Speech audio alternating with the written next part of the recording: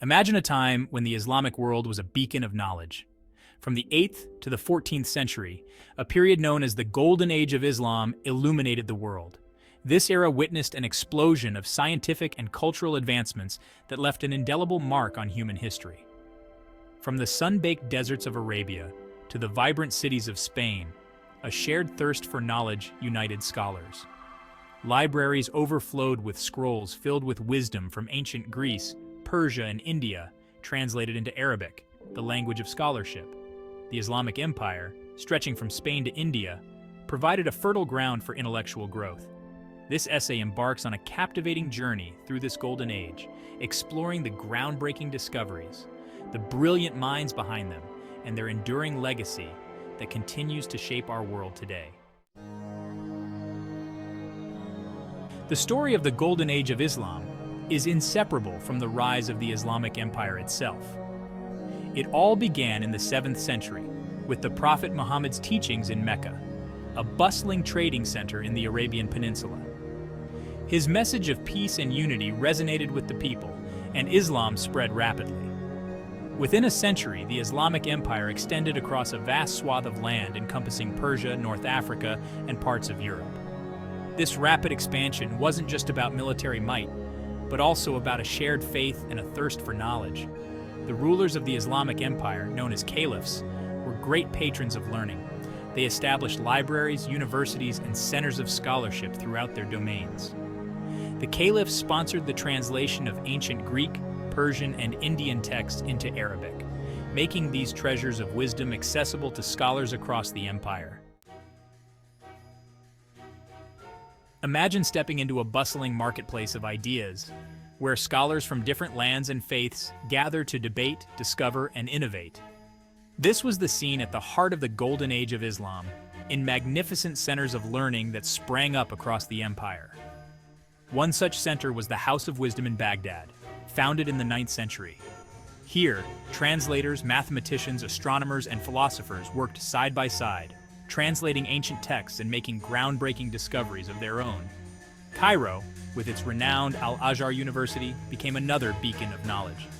Founded in the 10th century, it remains one of the oldest continuously operating universities in the world. Cordoba, in Islamic Spain, was home to a magnificent library that housed thousands of books. These centers of learning were vibrant hubs of intellectual life, where scholars engaged in lively debates, conducted experiments, and pushed the boundaries of human understanding.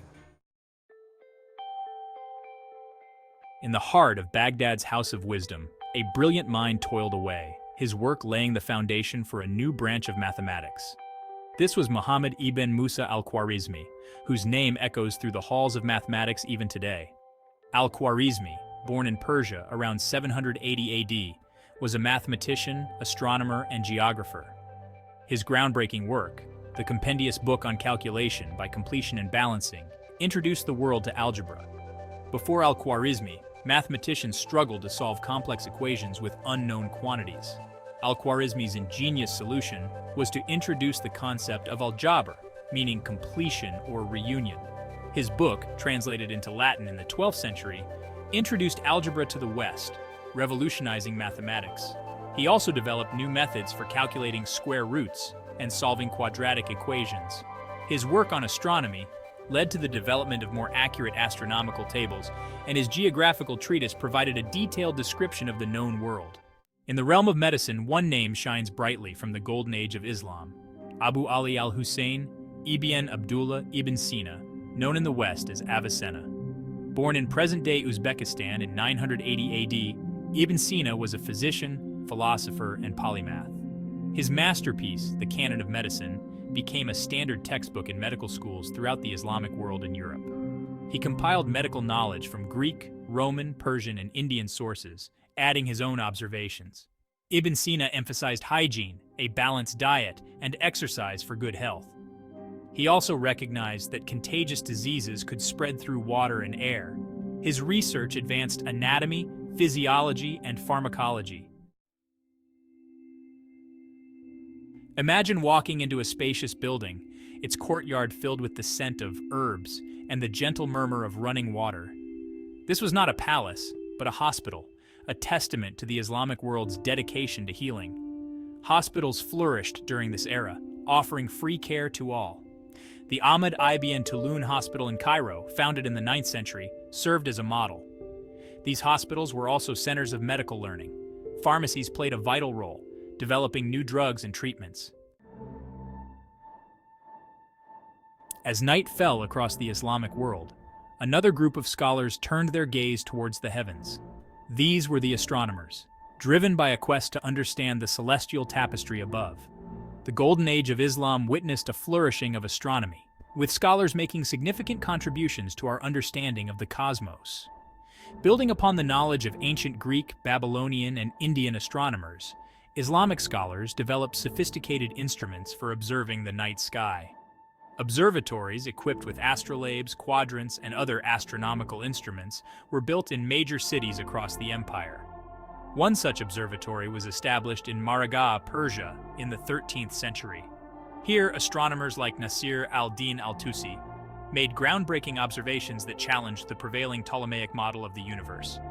Al-Tusi proposed a new model known as the Tusi couple, which explained the movement of planets in a more elegant and accurate way. While some explored the vastness of the cosmos, others delved into the intricacies of the human mind. The Golden Age of Islam witnessed a flowering of philosophy, as scholars grappled with questions about reality, knowledge, and ethics.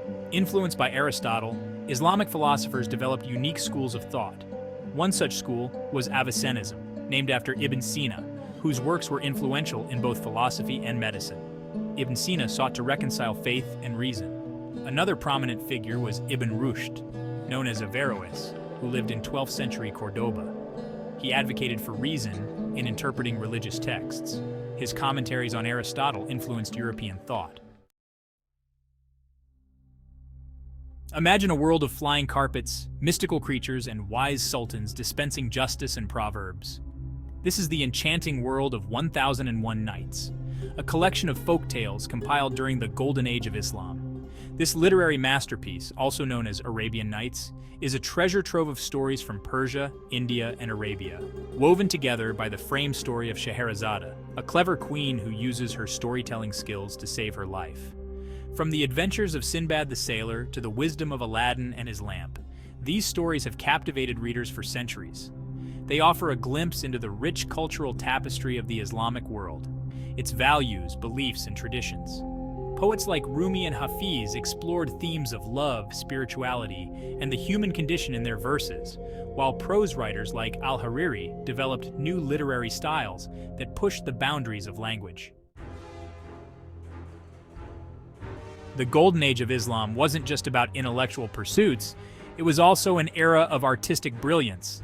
From the soaring arches of mosques to the intricate patterns of calligraphy, Islamic art continues to inspire awe and wonder.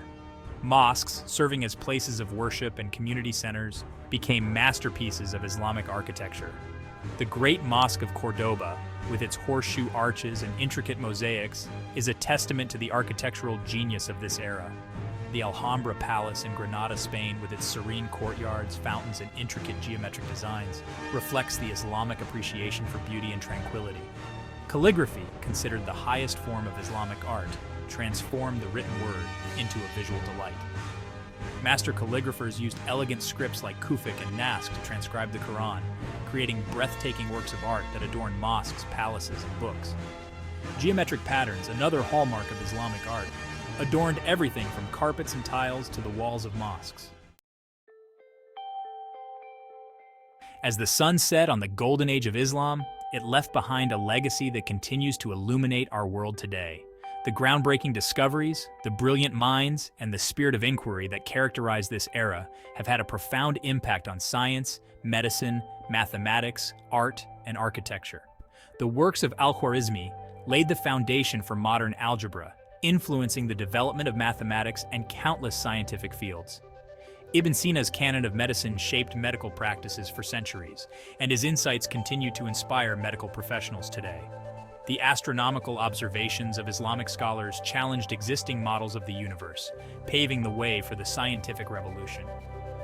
The philosophical inquiries of Ibn Sina and Ibn Rushd sparked debates about faith and reason that continue to resonate today. The legacy of the Golden Age of Islam is a testament to the power of human curiosity, the importance of cultural exchange, and the enduring impact of knowledge. Let us continue to explore, learn from, and celebrate this rich legacy, for it holds valuable lessons for our world today.